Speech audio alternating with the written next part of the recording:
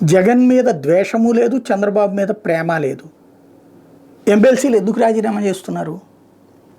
ఒకటి బెదిరి, వాళ్ళకి సంబంధించిన ఏ వ్యాపారాలు ఏ ఆస్తులను అడ్డుపెట్టి లోకల్గా ఉన్నటువంటి ఎమ్మెల్యేలు బెదిరిస్తుంటే, లేదా ప్రభుత్వాలే బెదిరిస్తుంటే ఎంపీలు ఎందుకు రాజీనామా చేశారు అంటే అలాంటివే. ఇక్కడ రెండు రకాలు. ఒకటి బెదిరింపులకి భయపడి, రెండవది ఆర్థిక బెనిఫిషరీ.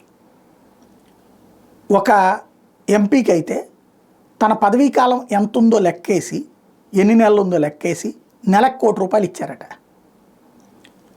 ప్లస్ ఇంకొక ఎంపీకి ఆల్రెడీ మళ్ళీ పదవి కొనసాగించడం, ఈలోపు అయ్యేటటువంటి ఖర్చు ఇట్లాంటిది. సరే, కొంతమందికి అయితే ఏం తీసుకోలేదు, అది ఉన్నారు. అది కులపరమైన లేదా పార్టీపరమైన మార్పుకు సంబంధించినటువంటి అంశం.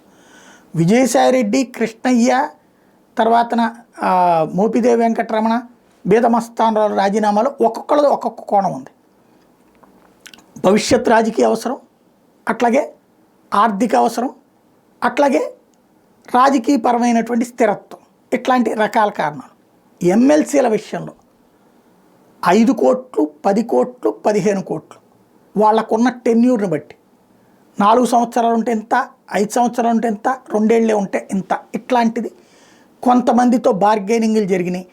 ఎవరైతే ఆ డబ్బులు కట్టడానికి ముందుకు వచ్చినటువంటి వాళ్లతో టైఅప్ అయి వాళ్ళిద్దరూ అక్కడ మాట్లాడుకున్నాకనే ఈ రాజీనామాలు జరిగినాయి.